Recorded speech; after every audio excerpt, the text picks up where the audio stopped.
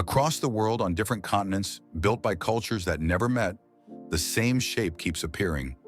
Massive pyramids rising from deserts, jungles, mountains, and even beneath the sea. For centuries, historians believed each one stood alone, born from local traditions and forgotten ambitions. But when you step back and look at them together, a deeper pattern begins to emerge. Precise alignments, shared geometry, similar symbolic purpose. From Egypt's Old Kingdom to Mesoamerica, Nubia, China, and beyond, these structures seem to echo the same ancient ideas. This is not a story about myths or fantasies. It's about real ruins, real measurements, and unanswered questions that still challenge modern understanding. Let's explore the hidden connection between all the world's pyramids. Chapter 1. The Giza Alignment. Mystery. Long before satellites, drones, or computer models ever hovered above Egypt, the plateau at Giza was already raising questions that refused to settle. From the ground, the pyramids appear simple, massive stone shapes resting in the desert, worn by wind and time. But even the earliest visitors sensed there was more happening here than stone stacked on stone. Ancient Greek writers like Herodotus described the pyramids as marvels beyond explanation, and while his accounts mixed observation with rumor, one thing was clear even then. These structures were not accidental. They were deliberate in a way that felt almost unsettling. At the center of it all stands the Great Pyramid of Giza, built around 2580 BCE during Egypt's Old Kingdom. It was constructed under the reign of Khufu, a ruler about whom surprisingly little is known compared to the scale of his monument. What we do know comes mostly from the pyramid itself. Its size, its precision, and its placement speak louder than any inscription. The Great Pyramid was once 481 feet tall and remained the tallest man-made structure on Earth for nearly 4,000 years. That fact alone is often repeated, but it does not explain why its base is almost perfectly level, with a margin of error of less than an inch across more than 750 feet. It does not explain why each side faces a cardinal direction, north, south, east, and west, with accuracy that modern engineers still struggle to match without advanced tools. This is where the Giza alignment mystery begins, not with speculation, but with measurements. When European explorers arrived in Egypt in the 17th and 18th centuries, they came with compasses, chains, and notebooks. Many expected rough approximations. Instead, they found something else entirely. Early surveys showed that the pyramid's sides were aligned to true north with an error of just a few arc minutes. This was not magnetic north, which shifts over time, but true geographic north. Somehow, builders more than 4,500 years ago had locked their monument to the planet itself. As survey methods improved, the numbers became even more striking. In the 19th century, British engineer Sir Flinders Petrie conducted one of the most careful studies of the Giza pyramids. Petrie was skeptical by nature. He did not arrive looking for mysteries, yet after years of measuring stones and angles, he concluded that the Great Pyramid was oriented to true north with greater accuracy than any other known structure from antiquity, and even better than many modern buildings. The question was no longer whether the alignment was intentional. It clearly was. The question became how. Ancient Egyptian texts offer only fragments. There are references to stretching the cord, a ritual associated with temple and monument foundations. Reliefs show priests using sighting tools under the stars. This suggests that astronomy played a role, but it does not explain the level of precision achieved across such a massive footprint. The Old Kingdom builders had no metal tools capable of fine measurement, no telescopes, and no written mathematical formulas that survive to show their methods. And yet the results are there in stone. The mystery deepens when the Great Pyramid is viewed not alone, but as part of a larger system. The Giza Plateau is home to three main pyramids, along with smaller satellite pyramids, temples, causeways, and cemeteries. Together, they form a carefully planned landscape. The pyramids of Khufu, Khafre, and Menkaure are not randomly placed. Their positions appear to follow a larger design, one that scholars are still trying to fully understand. In the late 20th century, satellite imagery added a new layer to the story. When researchers began overlaying aerial images with precise measurements, patterns emerged that were impossible to see from the ground. The pyramids align not only to the cardinal directions, but also to each other. Their corners fall along straight lines that run across the plateau. The spacing between them follows ratios that repeat elsewhere in the complex. None of this proves a hidden global code, but it does prove intent. The alignment of Giza also connects directly to the sun. The causeways leading from the pyramids line up with specific sunrise and sunset points during the year. At certain times, the sun sets between the pyramids in ways that appear carefully framed.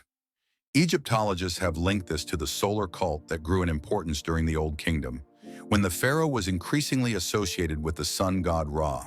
This ties Giza to a broader story about the origins of Egypt before the pharaohs and the unification mystery of the first pharaohs themselves.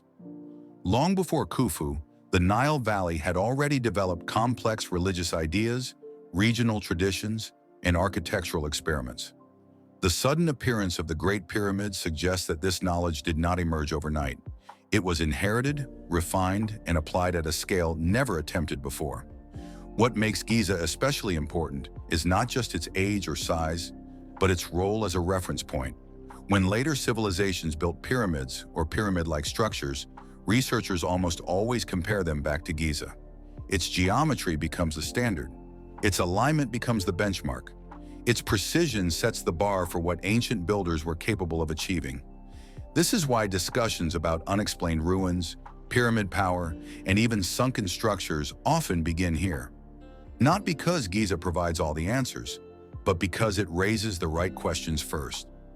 By the time the Old Kingdom began to weaken, and Egypt entered what historians call the First Intermediate Period, pyramid construction declined. The collapse of the Old Kingdom marked the end of this era of extreme precision. Later pyramids, even those built during the Middle Kingdom's quieter Golden Age, never fully matched the alignment of Giza. That fact alone suggests something unique was happening on this plateau at this moment in history. Chapter 2. The Step Pyramid. Blueprint. Long before the smooth-sided pyramids of Giza dominated the horizon, there was another structure rising quietly on the desert edge, one that would change architecture forever. It stands at Saqqara, about 15 miles south of modern Cairo, and even today it feels different from everything that came after it. This is the Step Pyramid of Djoser, built during the Third Dynasty, around 2670 BCE. At first glance, it looks unfinished, like a pyramid still climbing toward its final shape. But that impression is misleading. What looks like a series of stacked platforms was not a mistake or an experiment abandoned halfway through. It was a deliberate design, and one that appeared almost suddenly in Egypt's long history. Before Djoser, Egyptian royal tombs were built as mastabas, low rectangular structures made of mud brick. They were practical, symbolic, and familiar. For generations, this form changed only slightly. Then, without a long trail of trial and error buildings to bridge the gap, the Step Pyramid appeared. Stone replaced mud brick. Vertical ambition replaced horizontal tradition. Archaeologists have long struggled with this leap because it does not follow the slow, gradual evolution seen in most ancient technologies. The king behind this transformation was Djoser, one of Egypt's earliest pharaohs to rule a newly unified land. His reign came at a moment when political power, religious identity, and state organization were still settling into place. The unification mystery of the first pharaohs had only recently shifted Egypt from regional rule to centralized authority. Monumental architecture became a way to express that authority in stone. But Djoser alone did not design the pyramid. Ancient inscriptions point to a man named Imhotep, often described as Djoser's chief official. Imhotep was many things: administrator, priest, healer, but later generations remembered him most as a builder. His name appears on statues and texts centuries after his death, an unusual honor that suggests his work left a deep impression. What makes the Step Pyramid so important is not just that it is old, but that it represents a clear blueprint. Excavations at Saqqara revealed that the pyramid did not start as a six-tiered structure. It began as a simple mastaba. Then it was expanded, then expanded again. Each phase was carefully planned, not improvised. Archaeologists found clear construction seams where one design phase ended and another began, showing a controlled process rather than confusion. This is where the idea of a sudden architectural leap becomes hard to ignore. The builders were not guessing. They were solving problems as they went, but always pushing upward, always working towards something taller and more symbolic. The final structure reached about 200 feet high, towering over anything else in Egypt at the time. Stone was the real revolution. Unlike mud brick, stone demanded precision. Blocks had to be cut, transported, and stacked with care. The step pyramid complex includes temples, courtyards, and ceremonial spaces, all built in stone, all arranged with clear, symbolic intent. This was not just a tomb, it was a fully designed, sacred landscape. What archaeologists still debate is where this knowledge came from. There is no clear evidence of earlier large-scale stone monuments in Egypt that could have served as training grounds. The Old Kingdom would later refine these techniques, but here, at Saqqara, they appear almost fully formed.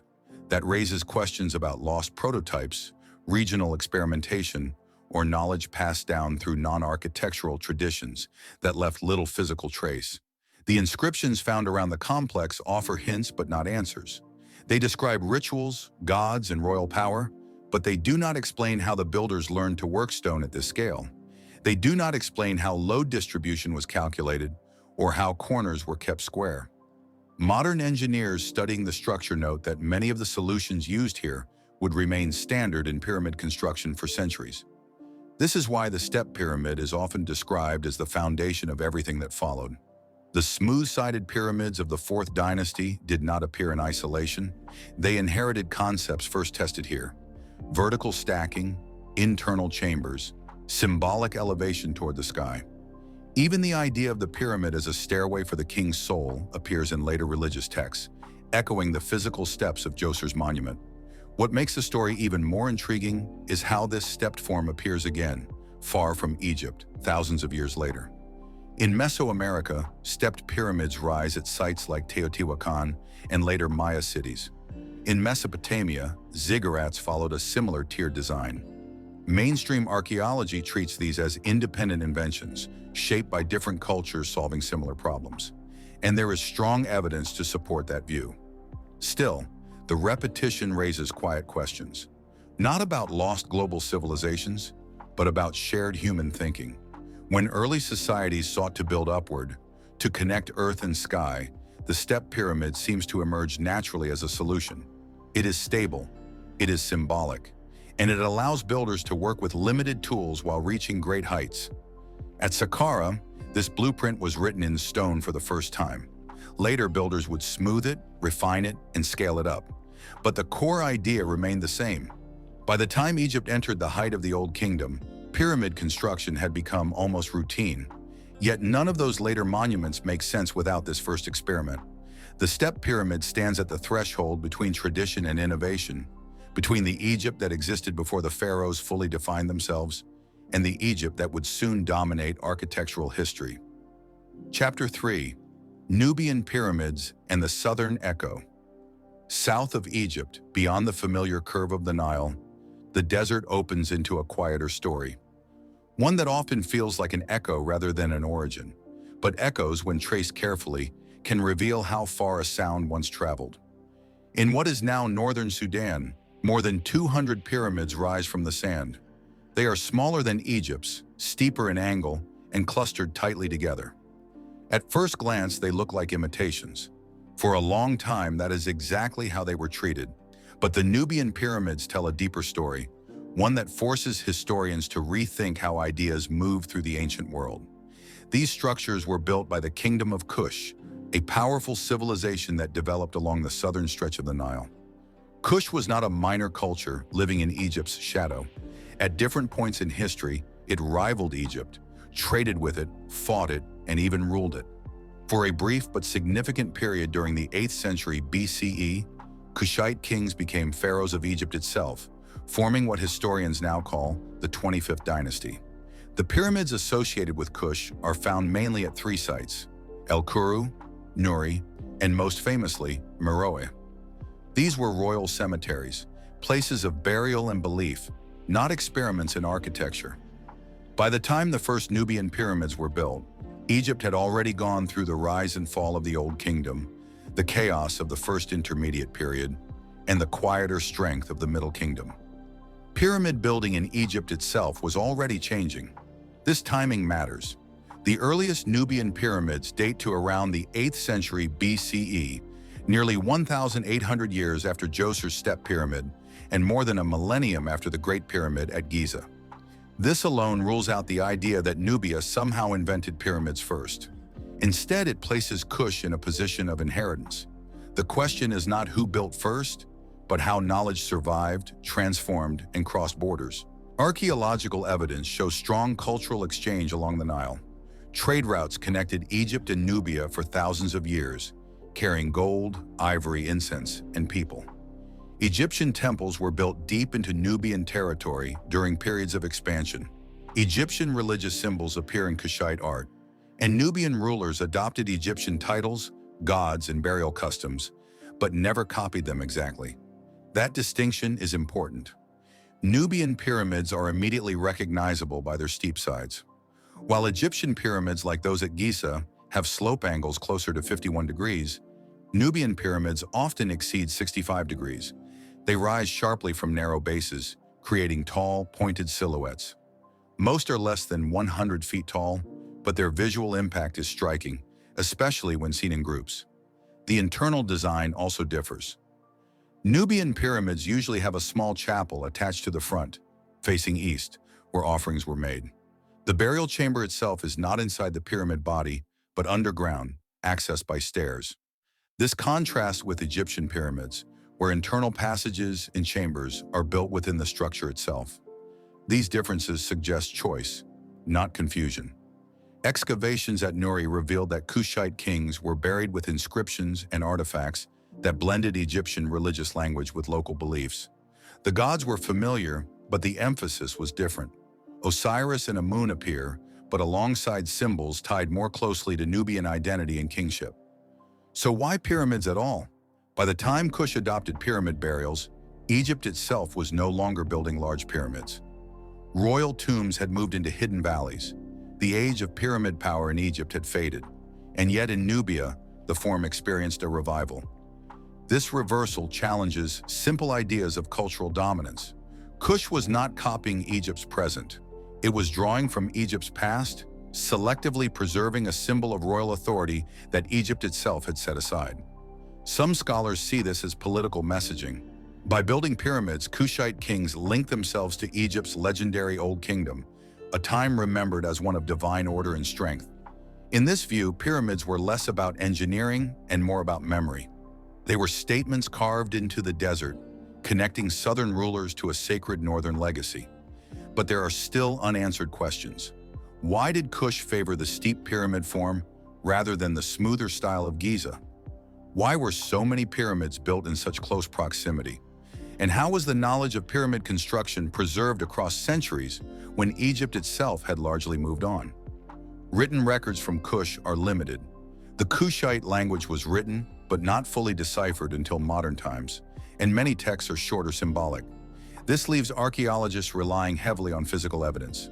Tool marks, stone sourcing, construction sequences.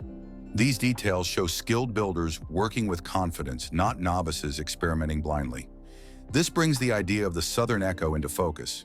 Nubian pyramids are not origins, but they are not mere copies either. They represent a cultural conversation stretched across geography and time. Knowledge flowed south along the Nile, was reshaped, and then returned north in the form of Kushite rule over Egypt itself. In this way, the Nubian pyramids become part of a larger pattern. Pyramid knowledge did not move in a straight line. It paused, shifted, adapted, and re-emerged. And that pattern will appear again as we move farther from Egypt into regions with no direct contact at all. Chapter 4. Mesoamerica's Independent Pyramids. On the other side of the world, separated from Egypt by oceans and thousands of years, another kind of pyramid was rising. No Nile, no pharaohs, no written contact with the Old World at all. And yet, when early explorers first saw them, the shapes felt strangely familiar. In Mesoamerica, long before Europeans arrived, massive step pyramids stood at the hearts of cities. They were not tombs in the Egyptian sense. They were platforms for rituals, temples for gods, and stages for public life. Still, the resemblance was impossible to ignore. Stone rising in tiers, stairways climbing toward the sky, sacred geometry shaping entire landscapes. The earliest known pyramid-building culture in Mesoamerica is often linked to the Olmec civilization, which flourished along the Gulf Coast of present-day Mexico around 1500 BCE. The Olmec left behind colossal stone heads, ceremonial centers, and large earthen mounds. Some of these mounds show early pyramid-like forms, built not of stone blocks but packed earth. They were not yet the towering structures seen later, but they established a pattern, raised platforms aligned with ritual and power. What matters here is timing. The Olmec pyramids appeared more than 1,000 years after Egypt's Great Pyramid, but with no known contact between the regions. This is where the idea of independent invention becomes central. Archaeologists rely on carbon dating, stratigraphy, and regional artifacts, and all evidence points to separate development. No Egyptian tools, no shared symbols, no genetic or linguistic links. And yet the shape persisted. As centuries passed, pyramid construction in Mesoamerica grew more ambitious. By the time of the Maya, beginning around 250 CE, pyramids had become central to urban planning. Cities like Tikal, Calakmul, and Copan were built around towering step pyramids topped with temples. These structures served as places where rulers communicated with gods, marked time, and displayed authority. The Maya pyramids were deeply tied to astronomy. Stairways aligned with equinoxes, shadows shaped like serpents sliding down stone steps. These alignments are well documented, measured, and repeatable. They show careful observation of the sky, but not the same cardinal precision seen at Giza. North mattered, but so did cycles, seasons, and ritual calendars. This difference is crucial. While Egyptian pyramids emphasized permanence and alignment with the earth itself, Mesoamerican pyramids emphasized movement, ceremony, and time. They were often rebuilt, expanded layer by layer, with new temples constructed atop old ones. Excavations reveal older pyramids sealed inside newer shells, like stone memories preserved within the structure. One of the most striking examples of this layered approach appears at Teotihuacan, a massive city that emerged around 100 BCE and peaked centuries later. Though not Maya, Teotihuacan influenced much of Mesoamerica. Its Pyramid of the Sun and Pyramid of the Moon dominate a carefully planned city grid. The scale rivals Egypt's monuments, but the purpose is different. Teotihuacan's pyramids were not royal tombs. No confirmed rulers' graves have been found inside them. Instead, archaeologists uncovered offerings, ritual deposits, and evidence of ceremonial use.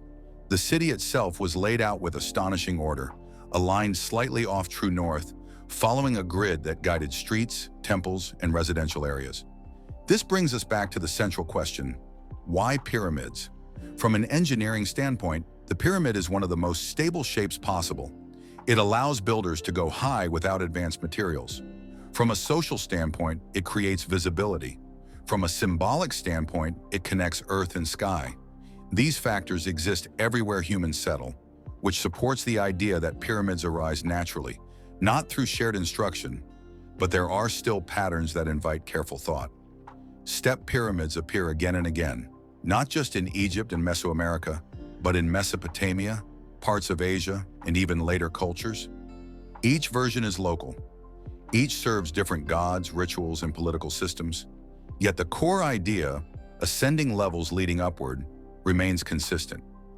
In Mesoamerica, this ascent was active. Priests climbed the steps during ceremonies. Offerings were made at the top. Bloodletting rituals, documented in inscriptions and murals, took place in view of the city below. The pyramid was not a sealed monument. It was a living structure. This is where comparisons with Egypt often fail. The Great Pyramid was sealed, silent, eternal. Mesoamerican pyramids were loud, colorful, and constantly used. They were repainted, rebuilt, and sometimes dismantled. Their meaning was not fixed in stone, but renewed through ritual. So when people ask whether there is a hidden connection between Egyptian and Mesoamerican pyramids, the most honest answer begins here. The connection is not cultural contact, it is human behavior. Different civilizations, facing different environments and beliefs, arrived at similar solutions for expressing power, time, and the sacred. The similarities are real, so are the differences. Ignoring either leads to distortion. What remains debated is how these societies develop such complex architectural knowledge independently, and why the pyramid, among all possible forms, proved so enduring. This debate does not require lost continents or ancient travelers crossing oceans. It requires patience, evidence, and respect for human creativity. Chapter 5. Teotihuacan and the Grid That Shouldn't Exist. Long before the Aztecs ever set foot in the Valley of Mexico, there was already a city there so large and so carefully planned that later civilizations struggled to explain it. They called it Teotihuacan, meaning the place where the gods were born. By the time the Aztecs arrived around the 14th century, the city had been abandoned for centuries. Its builders were gone. Its original name was forgotten, but its scale remained overwhelming. At its peak, between roughly 100 and 550 CE, Teotihuacan was one of the largest cities on Earth. More than 100,000 people may have lived there. Wide avenues stretched for miles. Pyramids rose above dense neighborhoods. And everything followed a grid so precise that modern researchers still pause when they see it mapped out. The city's main axis, now called the Avenue of the Dead, runs for over 2 miles. Along it stand the Pyramid of the Moon, the Pyramid of the Sun, and large ceremonial complexes. But what makes this layout strange is not its size. It is its orientation. Teotihuacan is not aligned to true north.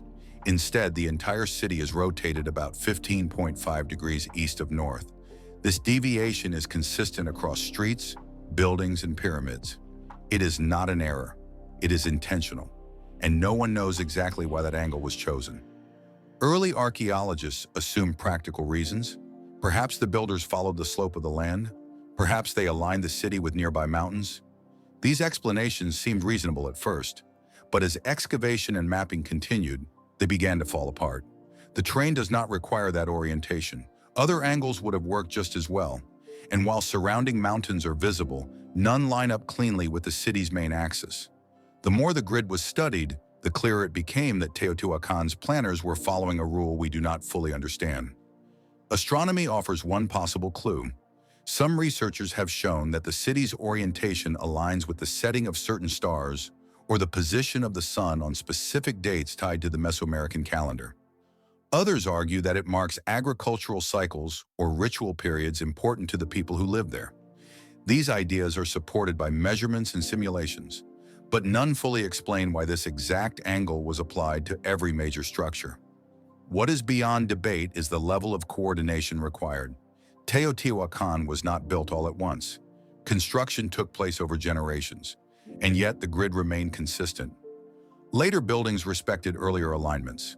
Streets were extended without drifting. This suggests a central plan strong enough to outlast political changes, population growth, and time itself. The Pyramid of the Sun, the largest structure in the city, sits slightly off-center along the Avenue of the Dead. It rises over 200 feet high and covers a footprint nearly as large as Egypt's Great Pyramid.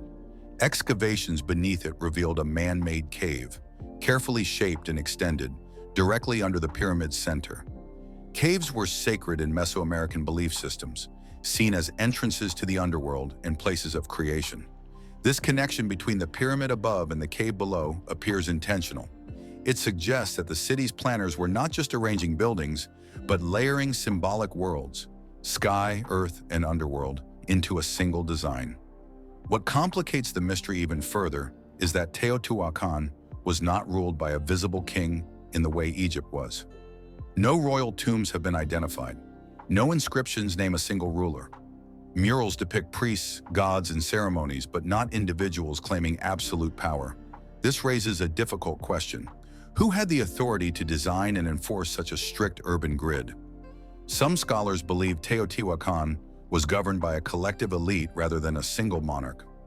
Others suggest that power was deeply tied to religion, with city planning seen as a sacred duty rather than a political one. In either case, the result was the same, a city where geometry mattered. Measurements taken across the site show repeated use of standardized units. Distances between structures follow patterns. Residential compounds are laid out with similar proportions. This kind of uniformity is rare even in modern cities. And this is where Teotihuacan begins to echo older mysteries. When researchers compare its grid to earlier sites around the world, They are careful not to claim direct connections. There is no evidence that Teotihuacan's builders knew of Egypt or the Old Kingdom.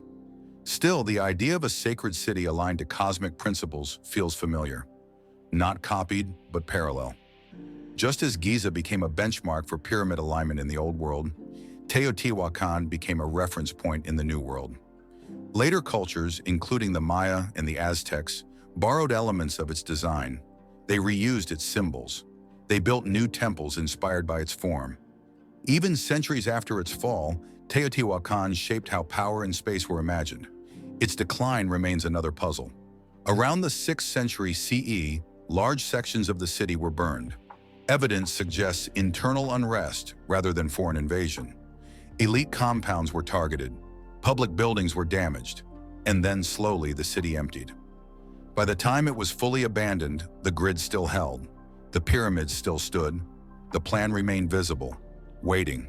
Today, satellites and aerial mapping allow researchers to see Teotihuacan as its builders may have imagined it, from above as a complete system.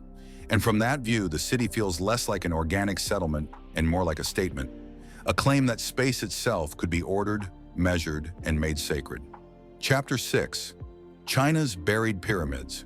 For centuries, the idea of pyramids in China sounded like a misunderstanding. Travelers' tales, blurred photographs, rumors exaggerated by distance. Egypt had pyramids. Mesoamerica had pyramids.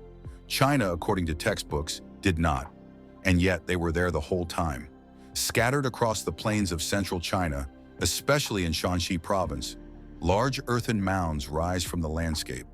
From the ground, many look like natural hills, softened by erosion and covered in vegetation. But from the air, their geometry becomes clear. Flat tops, straight edges, square bases. These are not mountains. They are human-made structures built to house the dead. The most famous among them is the mausoleum of Qin Shi Huang, who ruled from 221 to 210 BCE. He is best known for unifying China and for the terracotta army buried near his tomb. But the tomb itself lies beneath a massive pyramid-shaped mound, rising more than 250 feet high. Ancient records describe it in astonishing detail, long before modern archaeology confirmed its scale.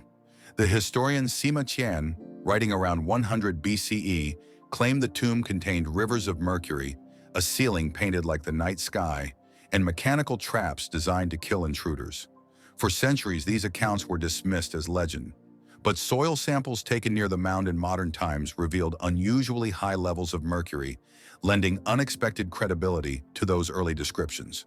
What makes China's pyramids so different is not their existence, but their treatment.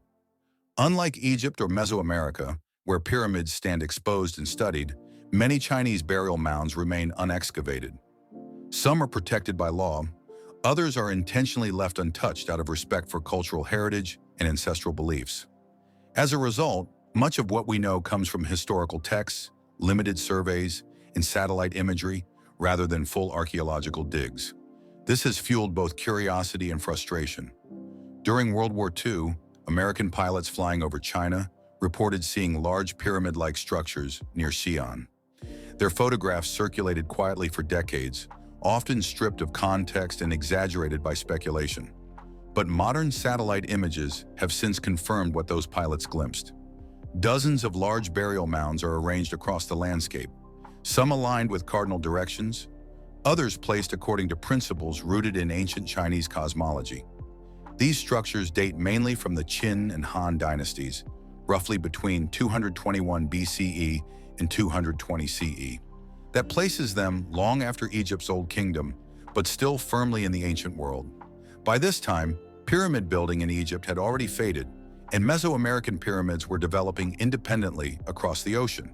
There is no evidence of contact between China and Egypt during these early periods. Trade routes like the Silk Road would not fully emerge until later. This makes the similarity and form all the more intriguing. Chinese pyramids were not meant to be climbed. They were not temples or public monuments.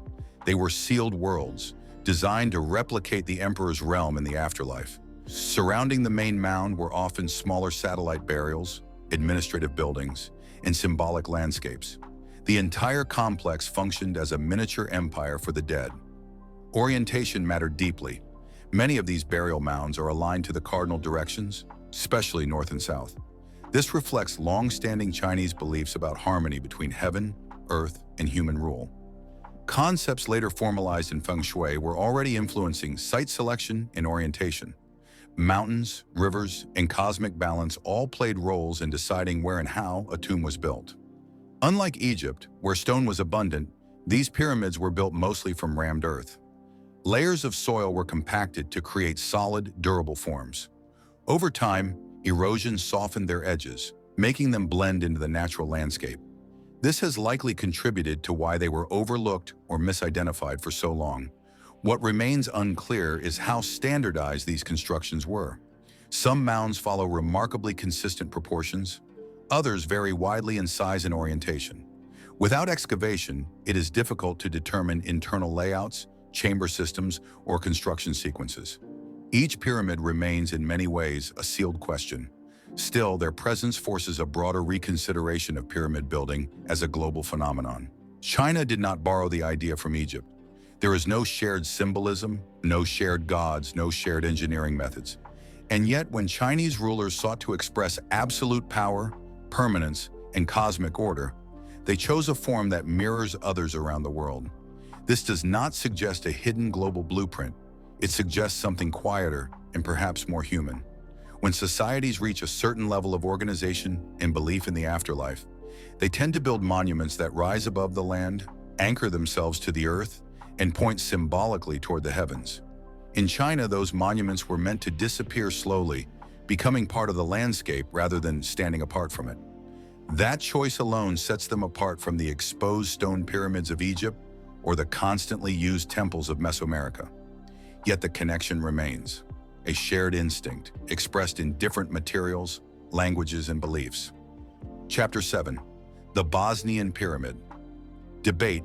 In the hills of central Bosnia, near the small town of Visoko, a quiet landscape became the center of one of the most heated archaeological debates of the modern era. It began in 2005, when a Bosnian-American researcher named Semir Osmanagic announced that several hills around Visoko were not natural at all. According to his claim, they were massive ancient pyramids, older than those in Egypt, aligned to cardinal directions, and built by an unknown civilization.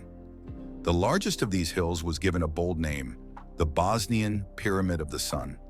At first, the idea sounded unbelievable. Bosnia was not known for ancient monumental architecture on this scale. No historical records describe pyramid-building cultures in the region.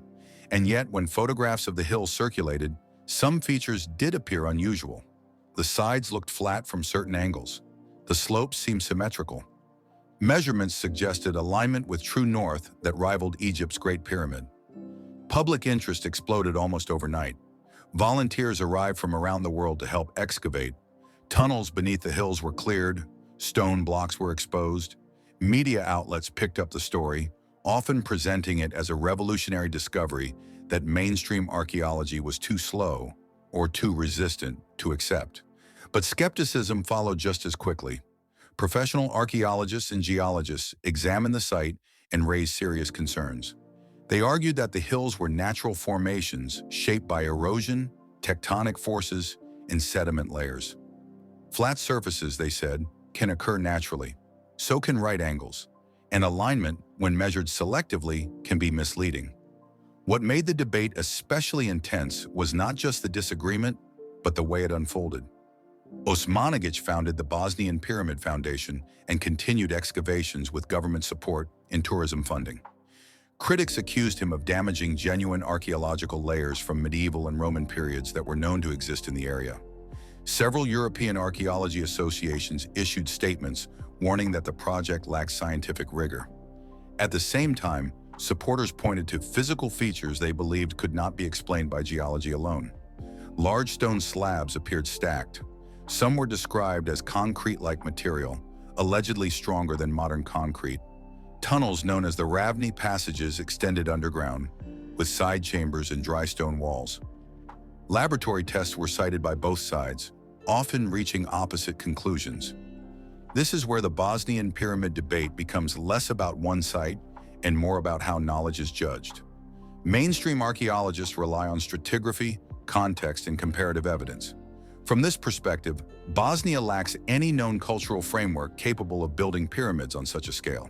No tools, no settlements, no written records, no clear timeline. Without these, extraordinary claims require extraordinary proof. Supporters counter that absence of evidence is not evidence of absence. They argue that ancient Europe's prehistory is poorly understood, and that unconventional discoveries are often dismissed too quickly. They point to the fact that many ancient sites around the world were once considered myths before being confirmed. Both sides agree on one thing: the hills themselves are real, and they deserve careful study. Where they differ is in interpretation. Geologists examining the Bosnian Pyramid of the Sun describe it as a flat iron formation, created by layers of sediment compressed and tilted over millions of years. Similar formations exist elsewhere, though rarely spark such controversy. The regularity that appears pyramid-like may be a coincidence of perspective and erosion patterns. Archaeologists emphasize that human-built pyramids typically show clear construction sequences: quarries, ramps, tool marks, debris fields. At Visoko, these indicators are disputed or absent.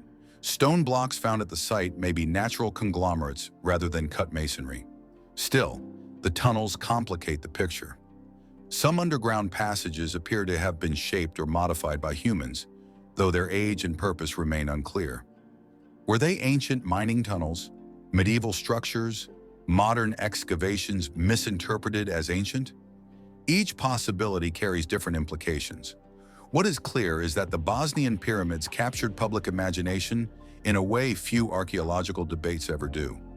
Visitors arrive not just to see a site, but to witness a controversy in progress. The hills became symbols, either of hidden history waiting to be uncovered, or of how easily patterns can be imposed where none exist. This debate matters because it sits at the edge of pyramid research as a whole. It forces uncomfortable questions. How do we define evidence? Who gets to decide what is possible?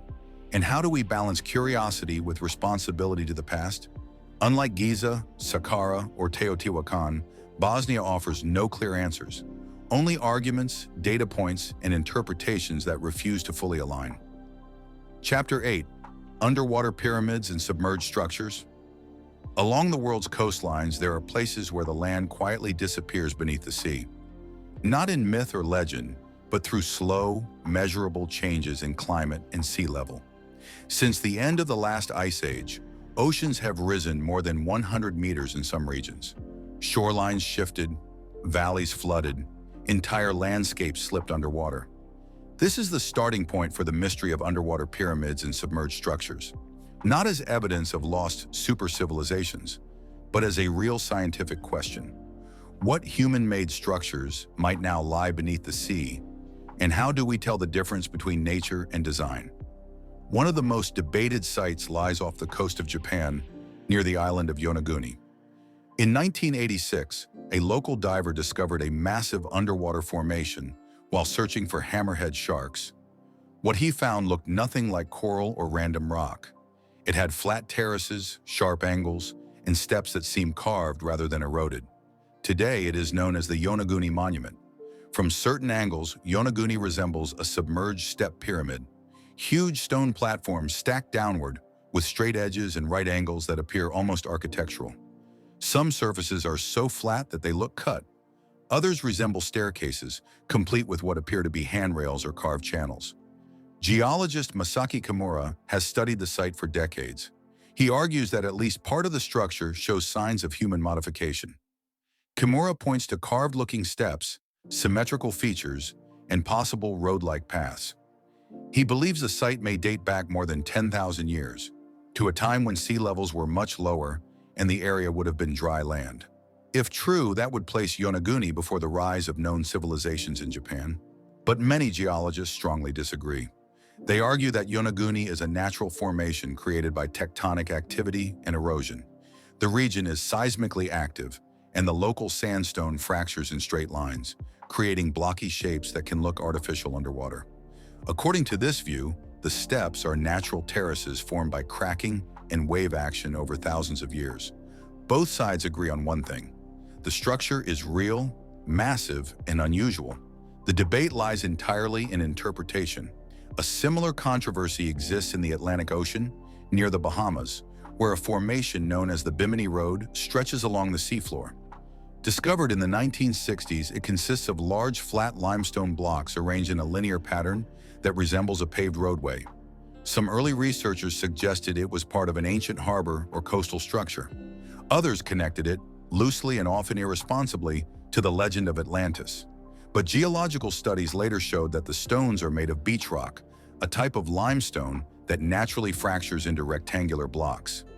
These blocks can break off and settle in rows due to wave action.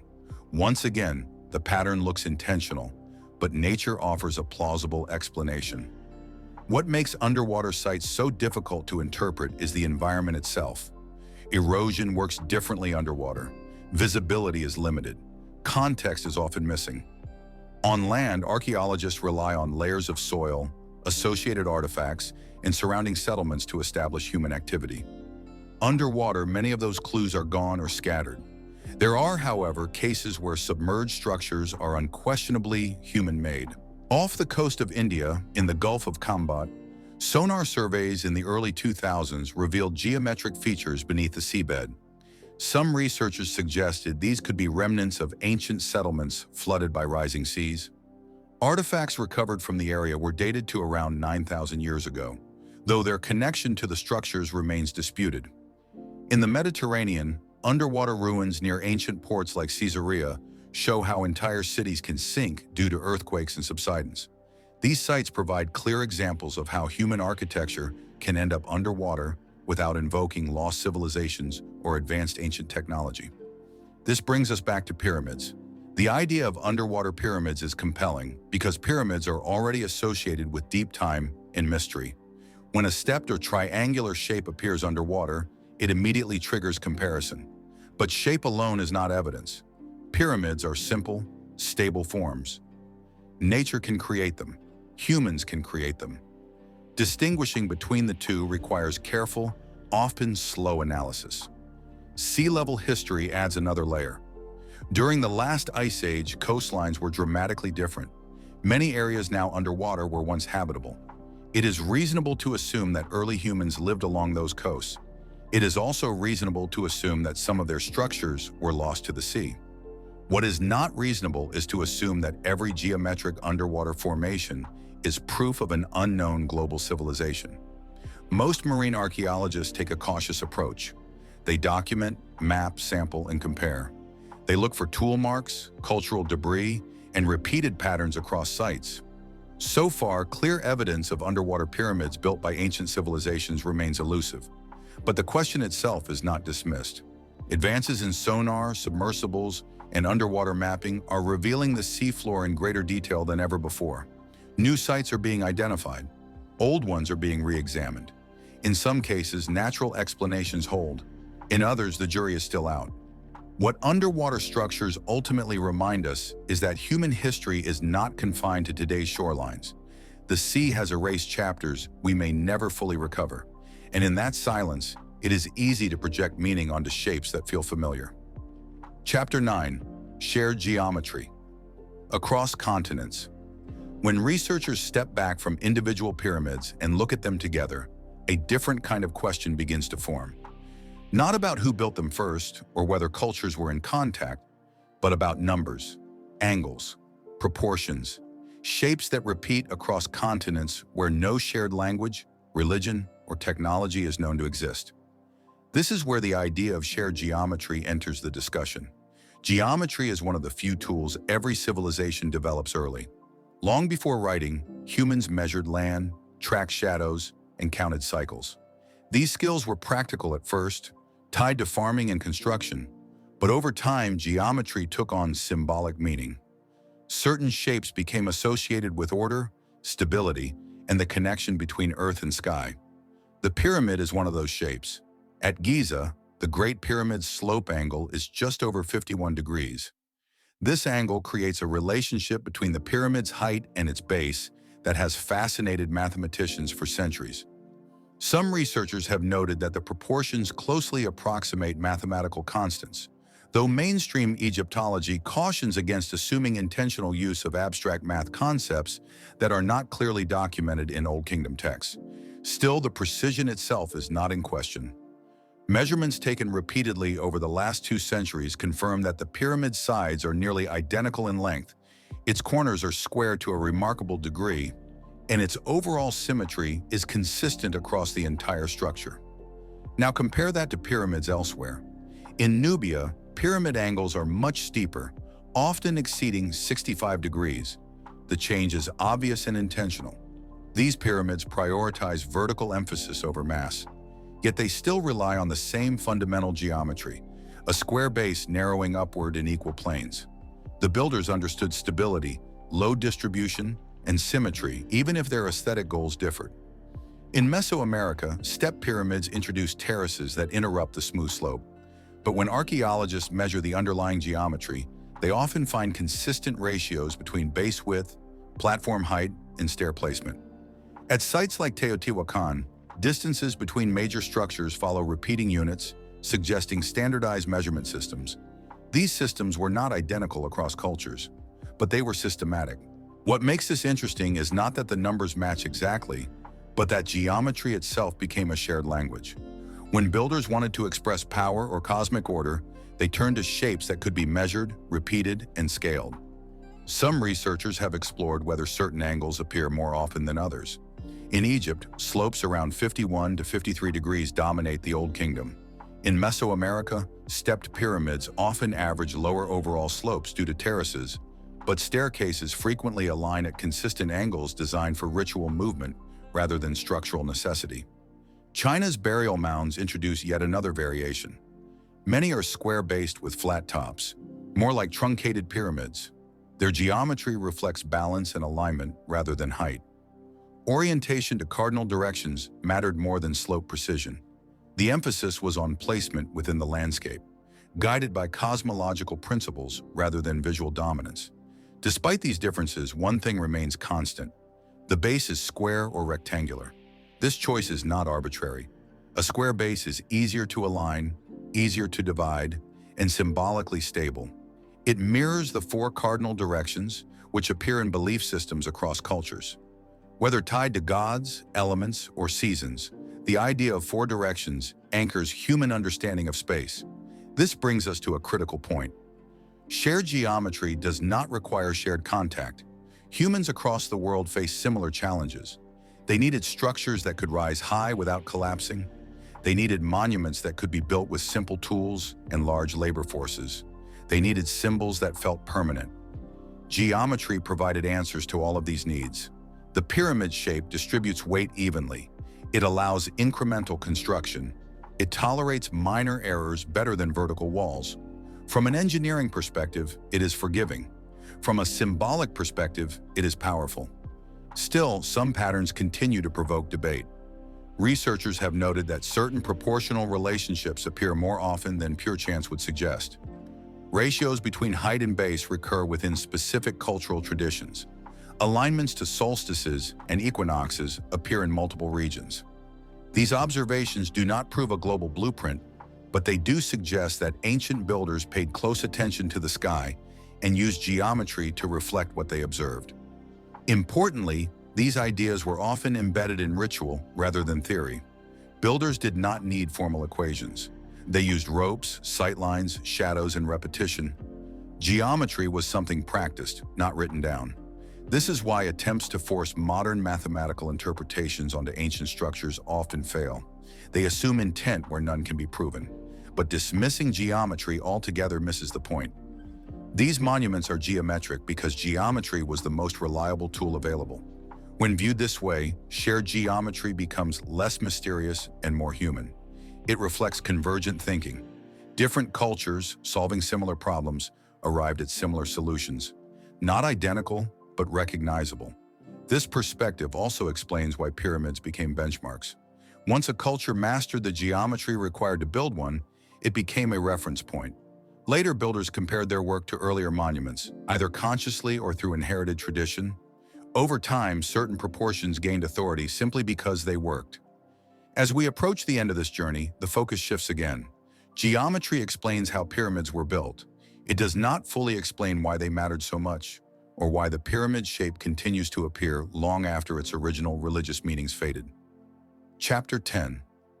Why the pyramid shape never disappeared. Even after empires collapsed, religions shifted, and entire belief systems faded, the pyramid shape remained. Not frozen in the past, but quietly reappearing in new places, under new meanings, across thousands of years. This persistence is not accidental. When Egypt's old kingdom ended, pyramid building did not vanish overnight. It slowly lost its central role as royal tombs moved underground. The reasons were practical as much as symbolic. Pyramids were visible. They attracted attention. They were hard to protect. Hidden tombs promised safety in a time of political instability. And yet, even as burial practices changed, the pyramid never disappeared from Egyptian thought. It remained present in texts, art, and religious language as a symbol of cosmic order and royal ascent. That same pattern repeats elsewhere. In Mesoamerica, when cities fell and new cultures rose, pyramids were often rebuilt on the same foundations. New temples were placed atop old ones. The shape endured even when the gods changed. The pyramid was not tied to a single story. It was a structure that could absorb new meaning without losing its power. This flexibility may explain more than any lost knowledge or hidden connection. The pyramid works on multiple levels at once. Structurally, it is stable. Socially, it organizes labor. Visually, it dominates space. Symbolically, it connects below and above. Few shapes do all of that at the same time. And crucially, it does so without requiring advanced materials or tools. Stone, earth, rope, and time are enough. That matters when thinking about why the shape resurfaces long after ancient civilizations ended. In medieval and early modern periods, pyramids lost their religious role but gained a new one: memory. They became symbols of permanence, of civilizations that endured beyond their creators. European thinkers look back at Egypt not as a rival culture, but as a mirror of humanity's earliest ambitions. The pyramid became shorthand for deep time itself. This shift accelerated in the modern era, when architects and governments searched for forms that communicated stability, authority, and timelessness. The pyramid quietly returned. It appeared not as a tomb or a temple, but as a gesture, a reference, a reminder. One of the most visible examples stands in the heart of Paris. The Louvre Pyramid, completed in 1989, is made of glass and steel, not stone. It is transparent rather than solid. And yet its geometry is unmistakable. It signals order. It anchors space. It frames the past without copying it. No one believes it channels ancient power. No one thinks it hides secret chambers or forgotten rituals. And yet the shape still works. People recognize it instantly. They feel its presence before they analyze it. This tells us something important. The pyramid does not survive because of mystery alone. It survives because it communicates without words. It tells the eye where to look. It tells the body how to move. It tells the mind that something matters here. Across history, cultures used the pyramid to answer different questions. In Egypt, it answered what happens after death. In Mesoamerica, it answered how humans speak to gods. In China, it answered how rulers continue beyond life. In the modern world, it answers how institutions present themselves as lasting. Different questions, same shape. This does not mean that all pyramids are connected by a single hidden plan. It means that humans, separated by time and geography, tend to return to forms that solve deep, recurring problems. How to build high, how to endure, how to be remembered. Seen this way, the global presence of pyramids is less about lost civilizations and more about shared instincts. When people reach for something solid, symbolic, and enduring, they often reach for the same geometry. This perspective also explains why pyramids remain so compelling in popular culture. They sit at the intersection of fact and imagination. We know who built many of them. We know when. We know how, at least in broad terms. And yet, their scale leaves room for wonder. Not because the answers are supernatural, but because the achievement is human. The danger comes when that wonder is mistaken for evidence. Over the course of this journey, pyramids have appeared in many forms: smooth and stepped, buried and submerged, proven and disputed. Some are clearly human-made. Others are still debated. What matters is not forcing them into a single story, but understanding why we keep trying to do so. The idea of a hidden connection between all the world's pyramids is tempting because it promises simplicity. One explanation, one origin, one lost truth. But history rarely works that way. It is layered, uneven, and shaped by choices made under very different conditions. What unites pyramids is not a secret map or ancient travelers crossing oceans. It is something quieter, a shared response to gravity, to sky, to memory, and to the desire to leave something behind that will outlast a single lifetime. In the end, the pyramid does not disappear because it does not need to. It adapts. It sheds old meanings and absorbs new ones. And as long as humans care about permanence, alignment, and the relationship between earth and sky, some version of the pyramid will likely rise again. This is where the story settles, not with a final answer, but with a clearer frame. The pyramids of the world are connected, not by a hidden civilization, but by a shared human language written in stone, earth, and geometry.